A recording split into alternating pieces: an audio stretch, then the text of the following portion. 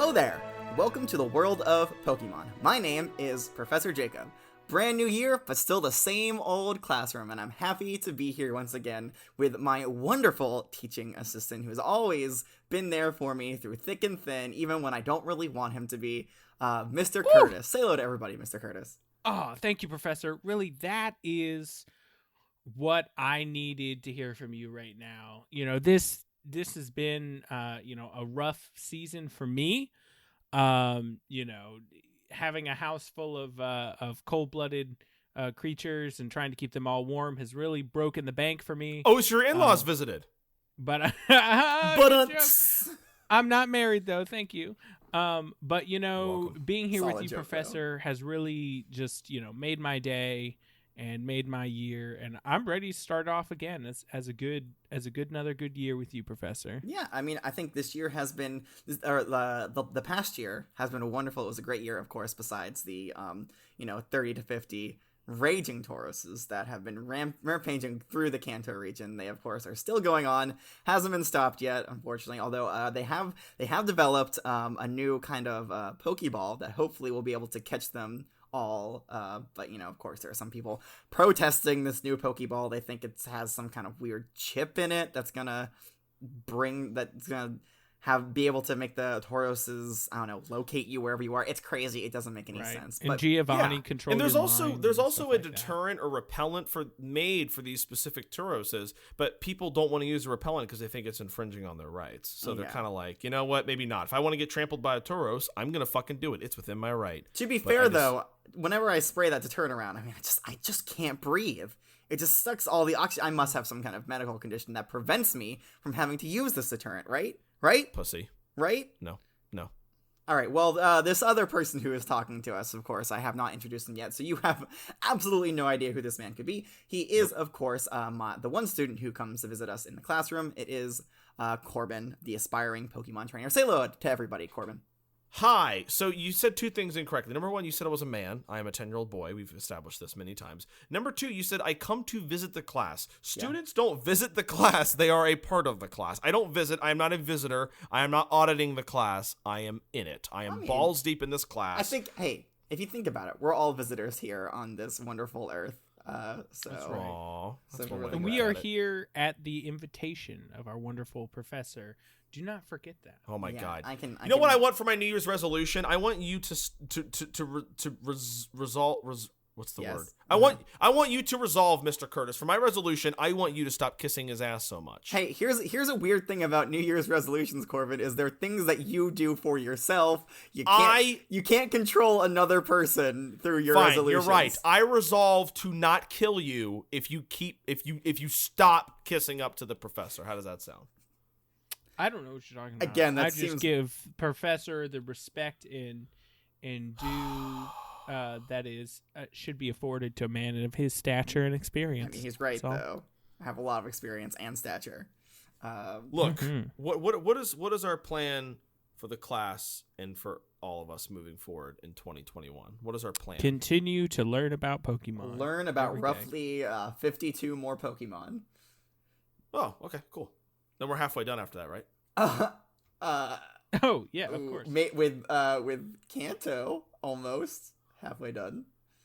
But then, of course, we still have all the other regions, which all have roughly, oddly enough, the same amount of Pokemon that we do here in the Kanto region. It's kind of interesting how that works. Jesus. But hey, let's go ahead and get started. No time like the present, of course. So what are your guys' New Year's resolutions? No. My resolution is to start talking about the Pokemon that we're learning about today right now. So boring. That's right. So, fine, Mr. Curtis, what is your New Year's resolution? No, I mean, everything to continue par for the course. To invent nothing about my life that I would want to change for the to invent a new chapstick that will help preserve his lips and their moistness after kissing your ass every fucking day, Professor. Can we just say I really like how Mr. Curtis's New Year's resolution is, I don't need one, I'm perfect. That's right. No, I didn't say I'm perfect. I just said No, I am perfect. Yeah. That's great. My life is perfect. I don't want any change in my life. In fact, I think it could get worse. Yeah, in fact, yeah, I feel like I've been given too many good graces. So please, my New Year's resolution is to, maybe gain some weight. Maybe, forget how to read. Well, he forgot how to write a long time ago. Yeah, he did. That's true. Okay, but no. Enough about resolutions. We're talking about Pokemon. Do either of you guys know what the Pokemon we will be discussing today is? Cobra. You definitely told us last time. It's Jumbo Ekans. Jumbo Ekans, yes, and I Jenkins. I think Corbin, your dyslexia kind of kicked in because weirdly enough, you said its name backwards. What a weird thing to do. Excuse me, I'm sorry. Because the Pokemon we're talking about today is Jumbo Ekans, also known more commonly as Arbok, which is of course the Cobra Pokemon, which again is just its name backwards. Very weird thing to do. But yes, so the Ekans that we had last time did happen to evolve into an Arbok. It's a very complex process, and there's a lot of skin that gets shed off that you kind of need to slough away. So it's kind of gross, but I did it for you because I know you guys get upset when I don't have I don't evolve Pokemon from previous lessons. So here we go. Here is the Arbok that used to be an Ekans.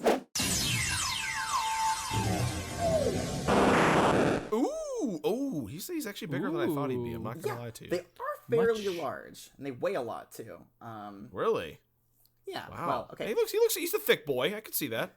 Not very long though, but pretty thick. I mean, comparatively wise, I guess compared to most Pokemon, it is pretty long. But like, you're a very rotund boy, Mr. Arbok. Yeah, rotund, not physically fit. That's okay. He looks great all the way over there. I'm just gonna stay over here in this corner of the classroom. Is there? That's fine. Mr. Curtis, is there something that maybe stands out to you about the Arbok that is maybe disquieting you for some reason? It's a distinct lack of many legs is what really makes me uncomfortable. Listen, Arceus gave us legs so that we can walk on them. Anything that doesn't have legs is an affront to Arceus. We walk so Arbok could slither. Oh God, if you will. When you were walking in the sand to look back and there was only one set of footprints, but also one like really long dragging kind of footprint, that's when Arbok was with you. But okay. So yes, he doesn't have any legs, but I feel like there's a more defining feature about an Arbok. At least that's what the Pokedex entries would suggest. Oh, I see what you're talking about. Yeah, I'm not gonna lie, Arbok's creepy. His eyes are a little less creepy than his predecessor Ekans, so I'm not as creeped out by him. But I think the thing that really caught my eye is that he doesn't look slithery, he doesn't look gross, but it's kind of heartwarming how you put a painting on him. I really like that, Professor. I didn't know you used Arboks as a palette. It's pretty cool. Oddly enough, no, those are natural. They create them themselves, yeah, for the exact purpose of frightening Frey. Frightening Frey. Who's Frey? Frightening prey. And mesmerizing them, as we'll learn from the Pokedex entries, which again kind of seem to just focus on that one part of Arbok. It does look really nice. Wow, it does, yeah. Pretty. Oh, geez. Okay, Corbin is starting to he's starting to become entranced. Okay. Oh, interesting. Do you hear the noises that Arbok's making? That means he's about to pounce and crush its I'm prey. Staying over here now. I don't care. It's such a pretty. Okay, you know what? I should probably put him back into the Pokedex before anything kind of gets out of hand here. What are you doing? Why'd you put him away? Because he was about to murder you. Oh, geez, okay, that was a close one. I was too busy looking at his beautiful color palette. I didn't notice that. Yeah. Excuse me. I mean, that's exactly what happens. Okay. He did his job well. So now that Arbok has almost murdered us, let's go ahead and read a little bit about him so we can be more prepared for our next encounter. Okay. Starting, of course, in the Kanto region. It says, it is rumored that the ferocious warning markings on its belly differ from area to area. So interesting. So what did the markings on the Arbok that I threw out? What did its markings look like? So that one kind of had like black, yellow, and red color patterns. It almost kind of looked like a weird face. It was like these giant ovals that were red, yellow, and black. And then it was kind of like this weird, almost like not mouth, but it was like it's like the shape of like a. But looks its like two-sided eyebrows banana. were on point.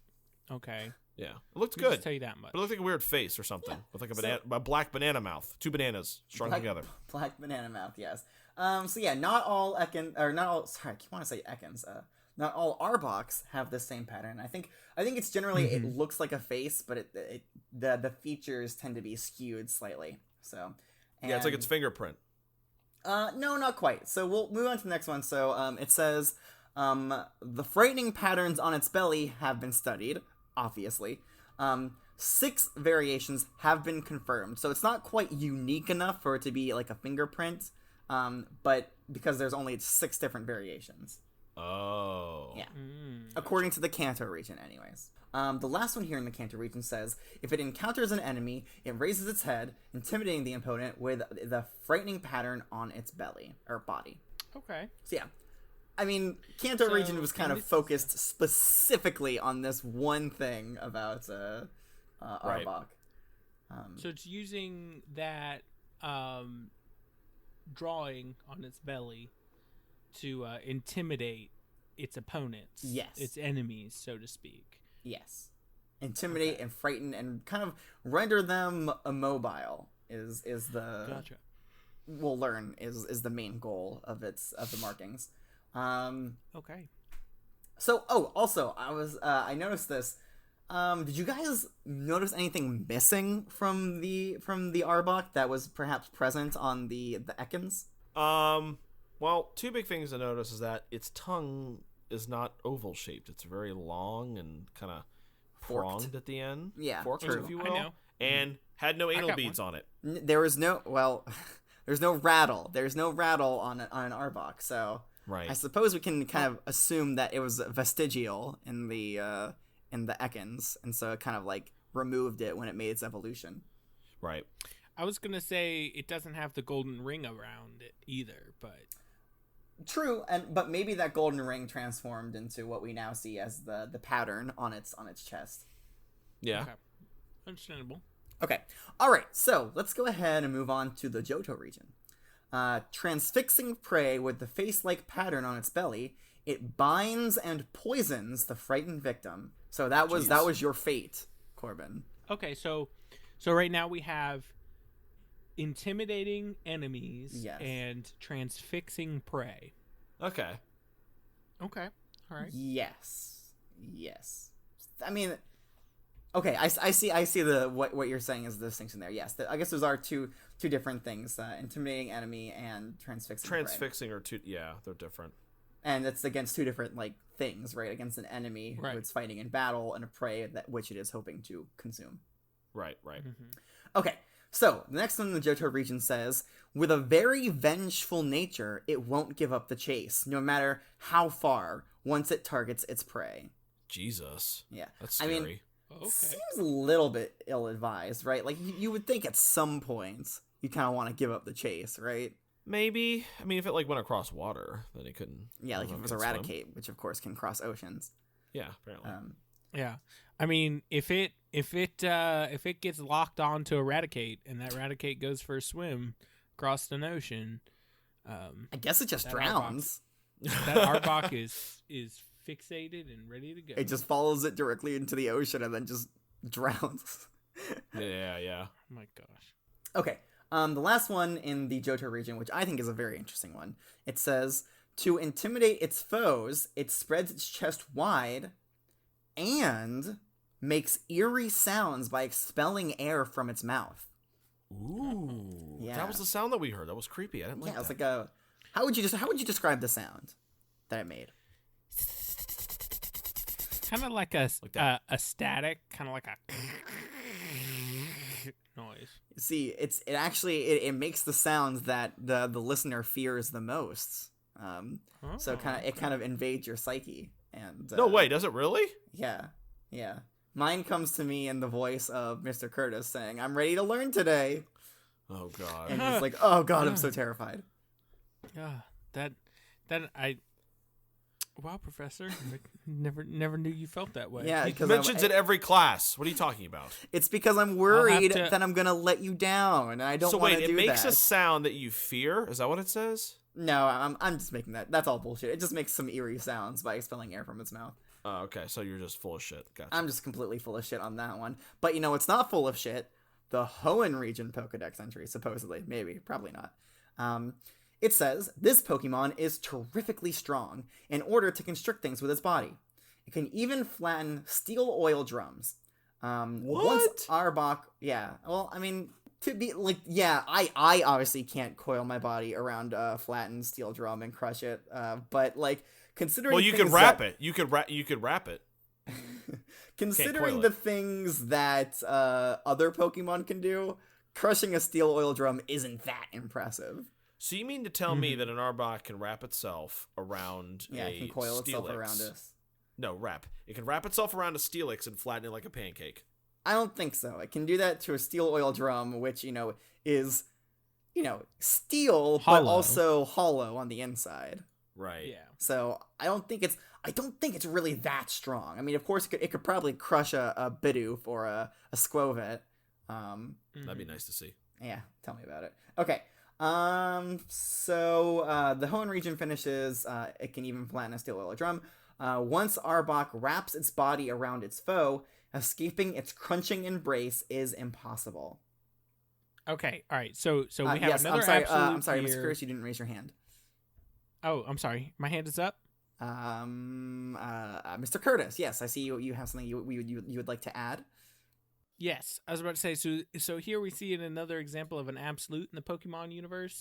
Once it is wrapped around its foe, it is impossible to escape. Again, I think a lot of these are hyperbolic. I don't think it actually means nothing can escape. So you mean to tell me if an Arbok wraps itself around like a fucking Charizard, the Charizard's not going to get out, like, or something? Yeah. Yes. Now it may not kill the Charizard, but that Charizard is not going to be able to shake that Arbok off. That is. Okay, Yeah. what about if an Arbok tries to wrap itself around an Alakazam? Okay, Psychic is powerful against poison. It's literally gonna throw it off. No, it says escaping its crunching embrace is impossible. I don't see where the confusion is here. I think it's hyperbolic. I think they just say this shit. I think I don't know, just like the whole Charizard can melt anything. I think a lot of these Pokedex entries are just conjecture. A lot of it is just to be over dramatic. Like, look how crazy this thing is. It can do anything. It can crush anything. Okay, first of Nothing all, can do not mock the voice of the wonderful professors whose life's work has been towards making these Pokedex entries for us. Very rude of you, Corbin. And second of all, this is the only information that we have on Pokemon. This is all that we have. We have to take this information about Pokemon on fact, right? Anything that says in these Pokedex entries are 100% true. Otherwise, but this is science. Science is proven and it's observable. Not everything is 100%. Yep, confirmed. Nothing can escape it just because one professor said it in a Pokedex. Well, That's not how science works. It doesn't go into the Pokedex if it hasn't been confirmed. Of course, unless you're talking about the Raticate, where apparently if you remove its whiskers, it moves slower. You know what? Here's what I think. I think we should have another test. We should have Curtis have Curtis be wrapped by an Arbok and see if it can get out. Which reminds me, Curtis, did you ever provide an update on the Firo? Oh, yeah. No. I'm just going to stay over here in the corner. Okay, Curtis, true, but come on. We have to feel talk like about that. Yeah, we gave you a quest, I believe. A couple weeks ago, yeah. Do you remember what that quest was? Yes, of course, to see how long the Furo could fly if it ever needs to land. Okay. What were your findings? So far, I mean, for the entire time that I watched the Furo, it did not have to land. Holy shit. How long did you watch? For quite a bit. I'm gonna need some. For close to a week. Non-stop? Because I neglected my my colony at home. They got a little hungry and started strewing some webs around the forest where I was conducting the experiment, and it did get caught in a web. No. But you let it out, right? No, it did get consumed before I could stop it. I mean, they did have a mind of their own. Oh god, it got consumed. So at least a week. We know that much. Until it gets consumed by a genetically engineered Ariadosis. But I told the Furo to fly in a small circle around the forest. That way it could keep moving, but it was still flying. You know, it wasn't trying to hover in place. I mean, good. That's some good sciencing there.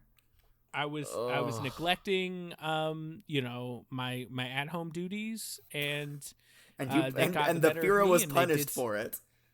Yeah, the Furo was just blindly, trusted me and listened to my orders, and he just flew right into a web and got consumed. Oh, So, that's graphic. Oh, boy. but that is the way of life. That is a natural process. Didn't have to be. For And that, That's for a that. natural process. Also, Ariaduses hey, are like Mr. Curtis, 1/10 of the size of a Firo. How do you eat that? Mr. Curtis, there is absolutely nothing natural about your connection with these spinnerags. I just have to say. I think honestly, if I'm being totally honest, I think they got a little jealous that I was spending so much time on another Pokemon that wasn't them. Wait, so okay, were they the ones that maybe drowned the Squirtle from all those weeks ago? That is an ongoing investigation. Still? I have signed an NDA. Jeez. I cannot. Speak We're gonna to find that. the answer to that eventually. We have to. I think we found another important piece of the puzzle here today. All right, so there's one more Pokedex entry here from the Hoenn region. The pattern on its belly appears to be a frightening face. Weak foes will flee just at the sight of the pattern. Okay. Yeah. Okay. So now we have intimidate opponents, Yes. transfix prey, and scare off really weak.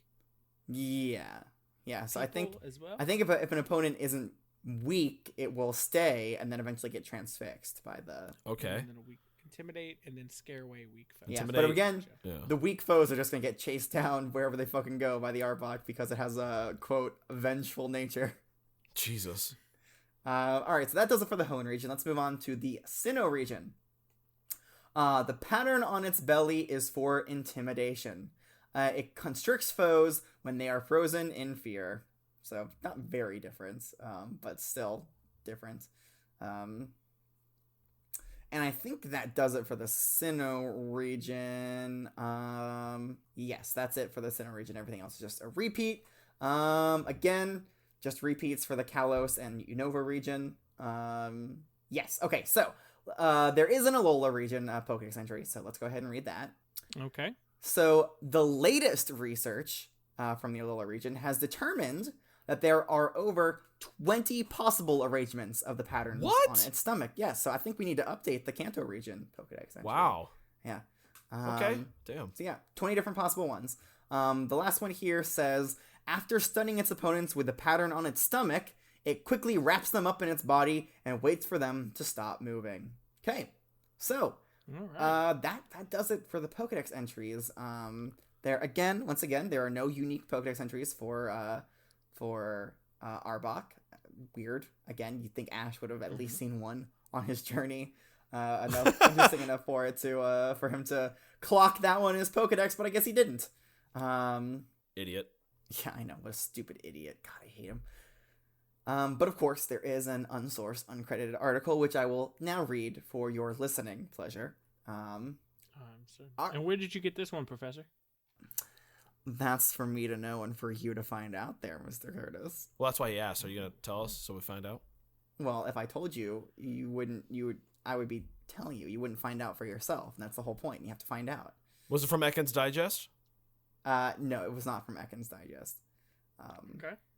Okay. It was actually from Arbok Weekly. Gotcha. Okay. Arbok has narrow eyes and several sharp teeth. Just below its head is a large hood with a face-like pattern. This pattern has over 20 possible variations. The pattern typically has 2 red and yellow eye spots outlined in black, a wide black streak resembling an upturned mouth, and a black V-shaped stripe above the eye spots, which I guess kind of makes like the eyebrows. And let me say, eyebrows on point. Yeah, on fleek for sure. Looks very good. Arbok is capable of crushing its opponents by coiling its body around them and squeezing them tightly. You saying coiling around something? Weird. This is an unsourced article. I would take it with a grain of salt. True, but it's another person that agrees with me on that coiling and wrapping is the same thing. Well, It can even flatten steel oil drums. If it encounters an enemy, it raises its head, mimics, and stuns the opponent using the frightening pattern on its belly. Or Mimics what? that's weird. I think it mimics its movements. So if it like if it moves to the left, the Arbok kind of sways to the left, or it's right technically. That is actually terrifying. It is terrifying, but again, comes from an unsourced, uncredited article. I don't believe it was in any of the Pokédex entries, the whole mimicking thing. So we can't really tell for sure. If they also said the coiling thing, so probably can't be true. Yeah, but I mean, like that's just a thing. It's just a word that they use, which also happens to be the exact same thing as rapping. So a wrong one, but yes. Whatever. Okay. It can also make eerie sounds by expelling air from its mouth.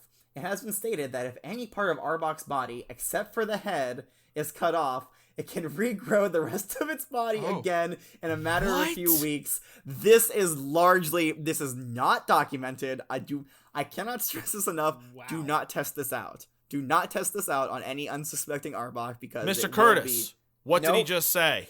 Don't test out the fact that if you slice any part of an Arbok's body off, besides the head, it will regrow back in a couple. Okay, don't test it out. We can't have another Squirtle fiasco. So test it out is what you're telling me. No, in a matter of a few weeks, which is crazy. It also has the ability to detect vibrations. Huh. I'm sorry. Who wrote this? What maniac wrote this? None of this is in any of the Pokedex entries. Some dude just wrote this shit. It goes on to say, Arbok has been known to be capable of spending long periods underwater and surviving in aquatic environments. I think this is bullshit. Maybe it would be able to catch up to that Raticate as it swims across the ocean. According to this unsourced, uncredited article. This sounds sketch, dude. I don't know. Yeah. It can also fly at Mach 2. Like what's next?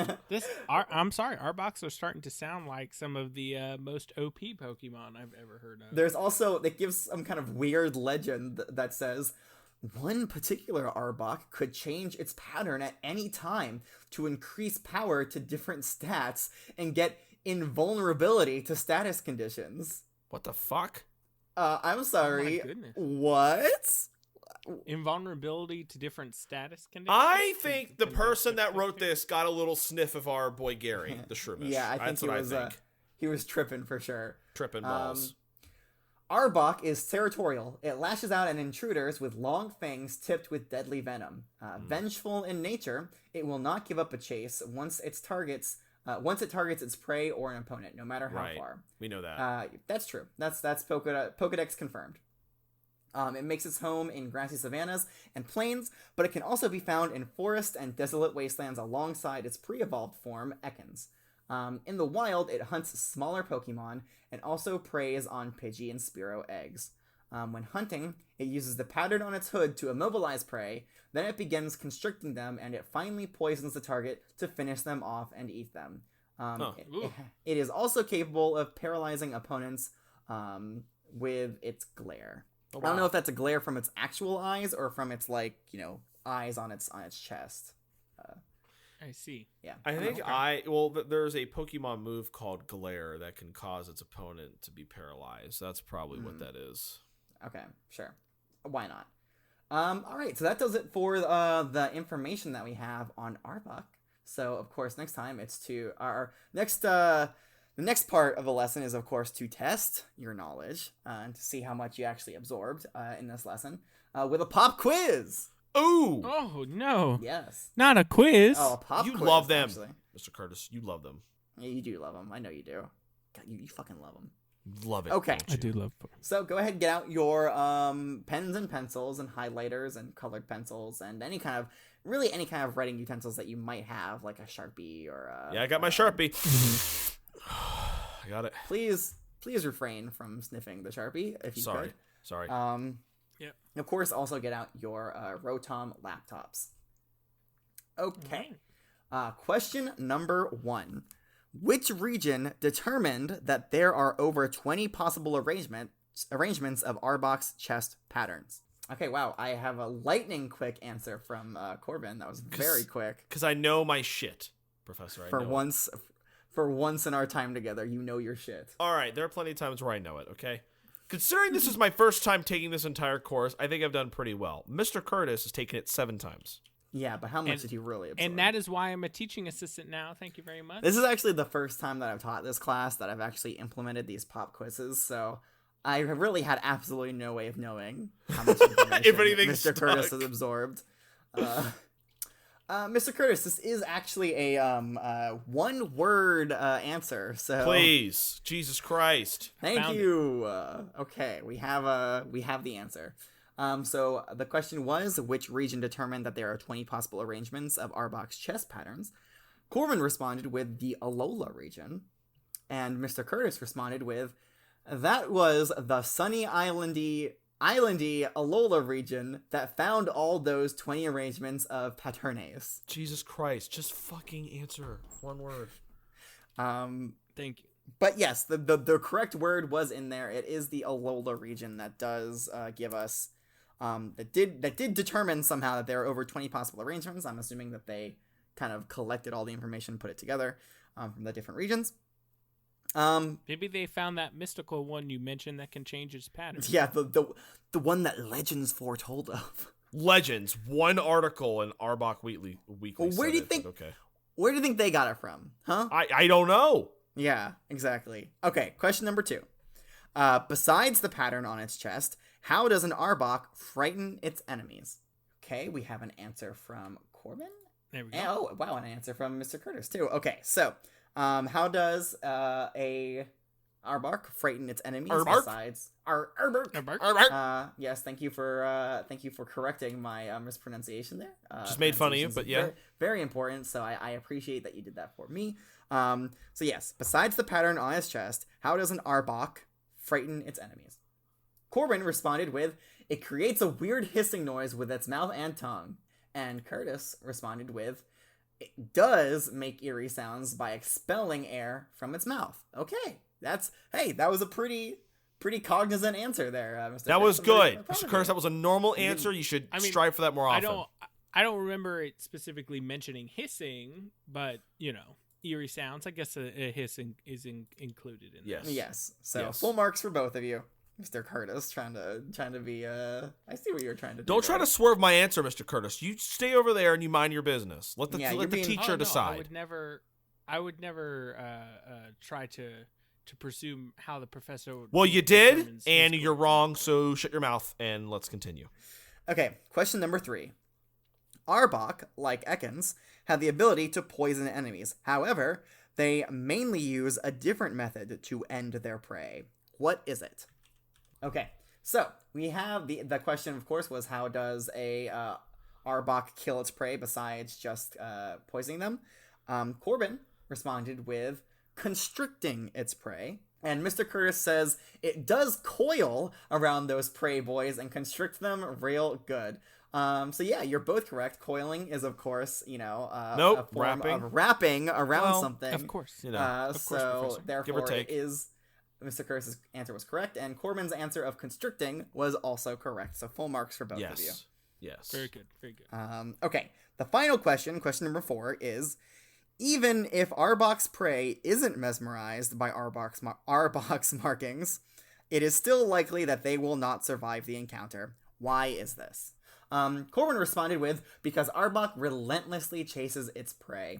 And Mr. Curtis responded with, Arboks are very vengeful and will not give up chasing that prey ever.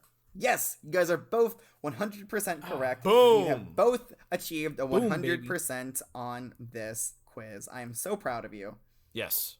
Corbin, Yes. good job. Good You job, know what? Corbin. Let me give you a little. Good game, Let me give good you game. a little pat on the back. Thank you. Good, Thank you. Good job. Thank you. Appreciate that. Okay, now you just smacked my fucking cheek. Thanks. Okay. All right. Please stop. Some very hard All right. slaps. Please, again, refrain from getting too close. I do not use the Tauros repellent because it restricts my breathing. So honestly, a Tauros could really just break in here at any Pussy. time. Oh yes. Well, of course. I mean, I didn't. I get too close, just enough to smack Corbin on the back for the good job. Yes.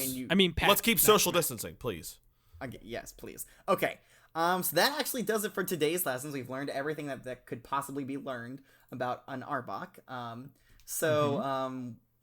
Do either of you guys know Yes. what Pokemon we'll be talking about next time? I'm sure. Listen, Yes. I'm sure we all know this is one of the most famously well-known Pokemon in any of the regions. So Yes. I'm sure you all know it. Yes. Please tell me. Either of you, go ahead, say it. Gulpin. No, it's not Gulpin. Oh, We don't even damn it. have Gulpin Definitely here. Morpeko is the one we're doing now. No. I mean, it does bear some strength. It's a little yellow electric mouse Pokemon. It's a Morpeko. Well, true. True that it is a little yellow mouse Pokemon, but no. I mean, there do seem to be a lot of those kind of. Mimikyu? Like, Is it Mimikyu? It's no, but this is the Pokemon that Mimikyu most frequently mimics. Oh, Pikachu? Yes, it's Pikachu. Oh, thank God somebody finally said it. We'll be learning about God. Pikachu next time. It's going to be great. It's going to be a lot of fun. I'm sure there's a lot of information that we don't know about Pikachu that are kind of hidden away in the many, many, many, many Pokedex entries that Pikachu has. Oh, boy. But until then, if you guys have questions for me, for the professor, or for any of my classroom mates here with me today, you can do so by Gmailing me with Gengar Mail at wwopokemon@gmail.com, or you can message me on Twitter at wwopodcast. I can't wait to learn about Emolga next week. Well, we are many, many, many weeks away from learning about Emolga. He just said it was Pikachu, dumbass! Yes, we're learning about Pikachu. Yeah, of course. Dedenne? Dedenne? Dedenne. Dedenne? Nope, right, not learning about that one. We're also not learning about Toju Damaru? It's Togedemaru. Togedemaru. We're not learning about Pachirisu. We're not learning about Minun or Plusle. All of the Pikachu ripoffs, if you will. Ripoffs. I mean, come on. That was a favorable evolutionary path for them to take, and so that's why there's so many that look similar to Pikachu. True. But hey, this is all talk for next lesson. So until next time, class is dismissed.